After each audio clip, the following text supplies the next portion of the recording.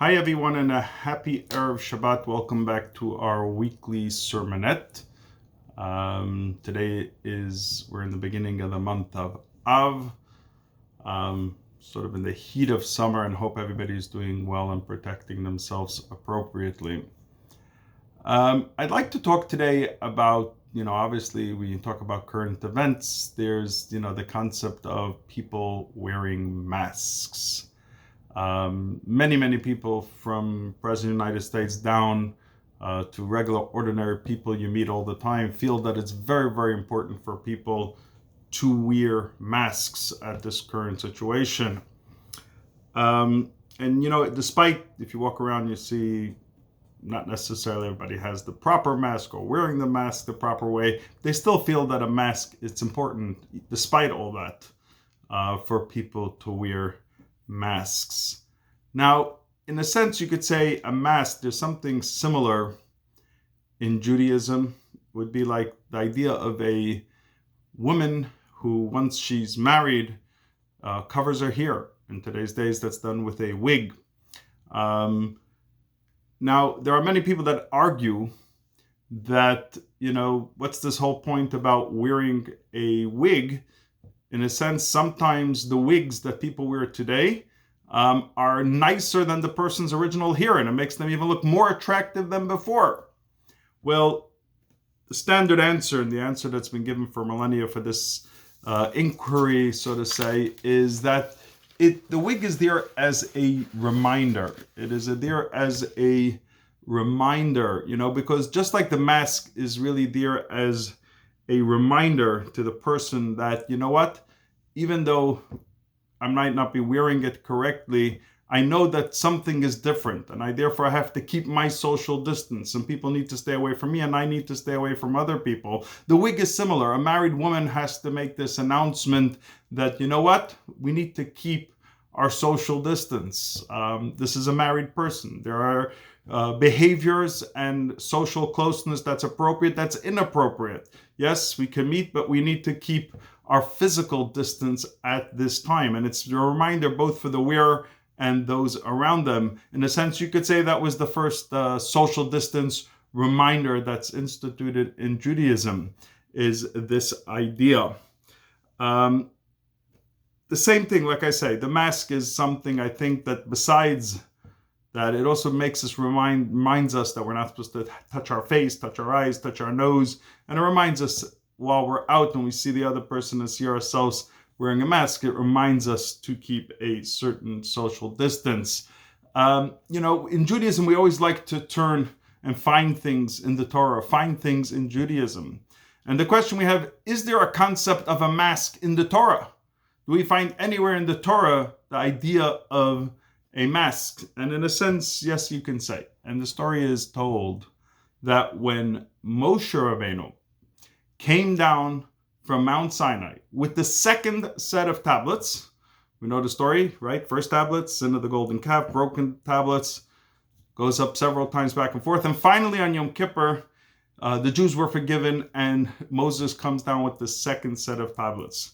And the Torah tells us that when Moshe came down from the mountain carrying that second set of tablets, Kikaran or Panav, Moshe's face was radiant with a physical light of brightness that shone from his face.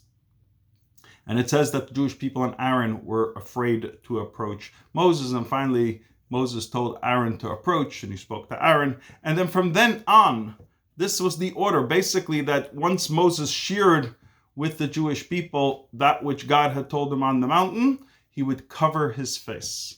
And we're told that he actually covered his entire face and only his eyes were seen. And when he'd go speak to God, he would remove this face covering. In a sense, it was a mask, a face mask. And when he would come down and speak to the people, he would first share with them what God has said. But then anytime other than that, anybody who wanted to approach Moses and speak to Moses would first put on this face covering and he would speak to them. Again, we have this idea, in a sense, you could say, of a mask. And the question we are asked is, why did this not happen with the first tablets? We're told about this face shining experience, if you want to say, and this was only when Moses came down with the second set of tablets. And the question is why? Why wasn't it after the first set of tablets? So why when he came down the first tablets, also spoke to God on mountain 40 days, 40 nights? Why did his face not shine at that time? And we're actually told in a book, which was written by, the name of the book is Tana Dvei Eliyahu, written by the great sage Rabbanan, who wrote down the teachings that he was taught from Eliyahu Hanavi. Elijah the prophet taught these things to Rabbanan, and he wrote them down. And he gives the reason why did Moses' face not shine at the first one, but it did shine after the second one. And he gave it to him in an analogy. And the analogy was that there was a king, and the king had a son, and they had a great relationship. And one time the son did something very, very egregious against the king, something really despicable, and the king was just fuming. How could the son do such a thing to his father, the king, that he called in his chief of staff and asked his chief of staff to take out his son and to execute him? And what the chief of staff did was he took the son and he hid him in a room somewhere in the palace instead of taking him out to execute him. And anyways, life went on. And about 30 days later, there was some type of festive party that the king was having. And everybody noticed that the king was very, very depressed and in shock and in awe and in just totally down. And nobody knew why. And the only one that knew why was the chief of staff. The king had realized what he had done in anger, that he asked and commanded that his son be executed. And when the chief of staff saw that, he went to that hidden room where he had the son hidden. And he brought the son back and he had him standing there before the king. And when the king saw his son and he saw what the chief of staff had done, what his chief butler had done, he took the crown that was supposed to be for his son, and he took it and he gave it to this chief of staff as a gift that he should wear for saving his son when the king wanted him executed. And with that, Eliyahu Hanavi taught Rabbanan, he says that what happened was that the crowns of Naaseh and Ishma, the crowns that were given to the Jewish people when they accepted unequivocally the Torah and accepted God as a king and to be God's nation, when God forgave the Jewish people for the sin of the golden calf, when he wanted to wipe out these people, and Moses is the one several times praying for their forgiveness, when God forgave them, he took that crown that was for the Jewish people and he gave it to Moses. And that is why Moses' face shone. Moses' face was physically radiant because of that gift that God had given Moses for saving his favorite child, the Jewish people. Which I'd like to take these concepts that we've just discussed and bring it into now, into our time. So this week we have the Shabbos before Tisha B'Av is known as Shabbos Chazon. It's because of the Haftorah that is read right before, always read the Shabbat before Tisha B'Av. Next Thursday is the 9th of Av, the fast of the 9th of Av, saddest day on the Jewish calendar. Well, the Shabbos beforehand, Shabbos Chazon, we read the Haftorah called Chazon Yeshayahu, the vision of Isaiah, of Yeshayahu. And it talks about a lot of very harsh, rebuking things about the Jewish people. But it starts off with the word Chazon Yeshayahu, the vision of Isaiah. And Rabbi Levi Yitzchak of Berditchev says and taught that on this Shabbos, every Jew, every soul of every Jew is shown a vision of the third Beis HaMikdash. The reason we mourn the destruction of the Tisha B'Av is because of the destructions of the temple, and we don't have the temple now. Well, guess what? From this Tisha B'Av will come the rebuilding of the third temple. So on this Shabbos, a vision is shown to each and every individual. Now, I don't know about you. I've never seen that vision. Physically, you don't see it. But we're told our souls see it. And it says that we're shown it from afar.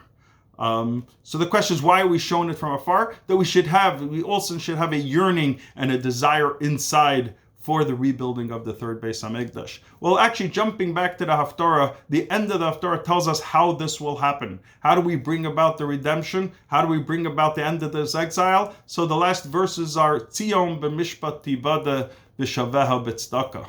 That Zion will be redeemed through justice, and her penitents through righteousness. It says we're told that through Torah and tzedakah, through studying Torah and the giving of charity and tzedakah, that is how we end this exile and we bring about the redemption. Well, normally during the week it's very easy, especially today's days, a daily Torah dose, many options on the internet, how to get a Torah dose, many things available for anybody at any level to get study a little Torah and to throw a few coins into a tzedakah box. The question is, how do we do so on Shabbat? Every single day we have to bring about and do something. So the answer that's given is that on Shabbat, the way we do tzedakah, the way we do charity is through food. In the olden times, there was many people that were literally needy for food, and they would make sure that every single person had food for Shabbos. Today's days, we do so. It's the custom of inviting people to our homes and to our meals for Shabbat. Today's days, that's also, right now, today's days in 2020, that's also very, very difficult to do today's days. Because we're supposed to have social distancing and we have to limit who is in our bubble and how we do so. Well, Torah is very easy. On Shabbat, actually, now we have a lot more time available to study Torah. Well, perhaps one of the ways that we can do tzedakah is by wearing a mask. Because primarily the idea of a mask is really not so much for our own protection. It's just if the masses wear a mask, then what happens is it will protect others. So in a sense, tzedakah is not just for yourself. Tzedakah is when we do things for others. And it's sometimes, when we do something for others, we're more motivated than when we do it for ourselves. And I just want to share a story of the Rebbe. The Lubavitch Rebbe used to visit the gravesite of his father-in-law, the previous Rebbe, where he would take all the notes of anybody, blessings that were requested of him. He would take them regularly to the gravesite of his father-in-law, and he would pray there for many, many, many hours. Now, the Rebbe had a custom that when he went to the gravesite of his father-in-law, he wouldn't eat that day. He would just drink, but he wouldn't eat. So in essence, the Rebbe was fasting all day. The Rebbe would usually leave to the oil early afternoon, sometimes stay there till late evening, and sometimes in the summer, even late, because the evening, you're able to get away with it later. And when he would come back, what I mean later is that it didn't get dark till later. The Rebbe would come back from the Ohel, he would then daven Mincha and Ma'ariv, and after that first he would go home and break his fast. One time, the Rebbe came back from the Ohel, from the resting place, and he davened Mincha, and he said that he's going back to his office. He's not davening Ma'ariv right now, and he told his secretary that to let them know that he'll be davening Ma'ariv in about an hour or so later, which meant, in essence, that the Rebbe was going to fast even longer into the day, at least till after Ma'ariv and after that. And the secretary was very perturbed and didn't know what to do. He was troubled that the Rebbe, who has been standing on his feet all day, didn't eat all day, and now is going to fast for longer. And when he came out, he met the elder chassid, Rabbi Shmuel Levitin. And he turned to him and he told him what just happened, and he didn't know what to do, and he's troubled. And Rabbi Shmuel Levitin came up with an idea. And he asked the secretary if he could go into the Rebbe and ask if Reb Shmuel could come in for a minute. And he went in, and Reb Shmuel came. Reb Shmuel told the Rebbe that, many of the yeshiva students wait until the Rebbe finishes Ma'ariv before they go back to the kitchen and the dormitory and have dinner. Which means that he just wanted the Rebbe to know that all the Bachrim are, the yeshiva boys in the yeshiva, will be fasting for another while until after the Rebbe will daven Ma'ariv. So and just a couple of minutes later, the Rebbe said he was going to come out to Ma'ariv. So for the Rebbe, for himself, he was willing to fast longer. But once he saw how it impacted others, he changed his schedule and he came out to Ma'ariv so that they would go home to eat dinner. And obviously the Rebbe would eat himself as well. And the idea here is that, there are a lot of things we wouldn't do for ourselves, but for charity, for tzedakah, for others, to be able to help others, we make that sacrifice. And in a sense here, also about the masks, there are some, first of all, the whole idea of mask is really for the other, not for ourselves, besides the reminder that I mentioned earlier. And there are many people that say that really masks don't help, and they have all these theories, and that's fine, that whether masks really even help or anything else. Well, everybody will agree that it makes other people feel good. that it definitely helps other people. It calms their nerves. It makes them feel more secure. For example, by us in our shul, many people, just before I started this video, somebody called me about coming and wanted to make sure that everybody wears masks. That feeling is also tzedakah. To be able to give others that feeling of security that things are being done and we're all trying to help each other is also tzedakah. It's the mitzvah of Avos Yisrael, love for another. So let us hope that we can get ourselves to feel comfortable. I don't know if it's a mitzvah to wear a mask or not. Many people can argue one way or the other, but there's no question about it that we are helping others, and there's no question about it we're making others feel good, and that is the greatest tzedakah, that we are caring for the King of Kings' children. And let us hope that because of that merit, of that which we do for others, which these others are like Moshe Rabbeinu doing for the Jewish people, doing for others, may we merit that God shine his countenance upon us, and may he, these sad days of the 3 weeks that we're in now in the mourning period for Tisha B'Av, may they turn around to days of happiness and joy. And may us, through our Torah learning and through our tzedakah, our charity and kindness that we do for others, may God take us out of this exile. And may we actually see physically the third Beis HaMikdash with the coming of Mashiach. May it be speedily in our days. Amen. Good Shabbos, Shabbat Shalom, and be well.